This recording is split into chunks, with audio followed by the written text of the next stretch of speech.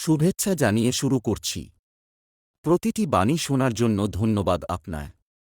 কেননা কোনো কথা এমন হবে, আপনার জীবন সাহিত্য পরিপাটি হতেই পারে। হ্যাঁ, সাথে থাকুন। ভিন্ন ভিন্ন মানুষের সৌন্দর্য ভিন্নভাবে উপস্থাপন হয়। সবার মতো তুমি হবে, এমন একটা অমূলক চিন্তা করে নিজেকে হারিয়ে লাভ নেই। নিজের যেটুকু ভালো লাগা, সেখানে স্বচ্ছতা আর দক্ষতার উন্নয়নে যত্নশীল থাকুন। নিশ্চয়ই নিত্যনতুন কোনো প্রত্যাশার আলো অম্লান উজ্জ্বলতা ছড়াবেই। এবার শোনার মনোযোগ চাই। সময়ের যত্নে সচেতন থাকুন। সময়ের অপচয় মাত্র জীবন সাহিত্যের দিন অবলীলায় কেটে ফেলা।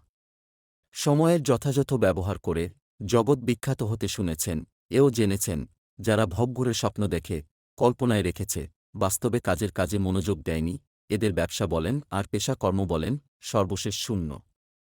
প্রতিটি দিনকে আনন্দময় করে তুলুন, কাজের মাঝে ভালো লাগা তৈরি করুন।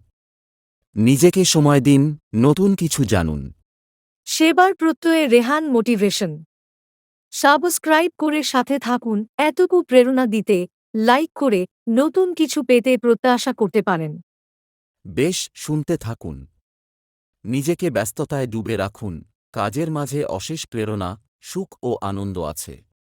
যেখানে কাজ, সেখানে ভালো লাগা আর ভালোবাসার জগৎ। এই দৃষ্টিভঙ্গি লালন করে যেজন পথ চলতে হাস্যোজ্জ্বল, সে এগিয়ে যেতে সামনে কোন প্রতিবন্ধকতা নেই।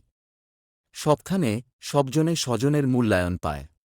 হ্যাঁ, সাথে থাকুন। আপনার দেহের সুন্দর মনটা স্বর্ণের বক্স তুল্য করুন। নিজেকে যত্নে মহৎকর্ম ধ্যানের মানুষ গড়ে তোলা স্বীয় চিন্তার ফসল।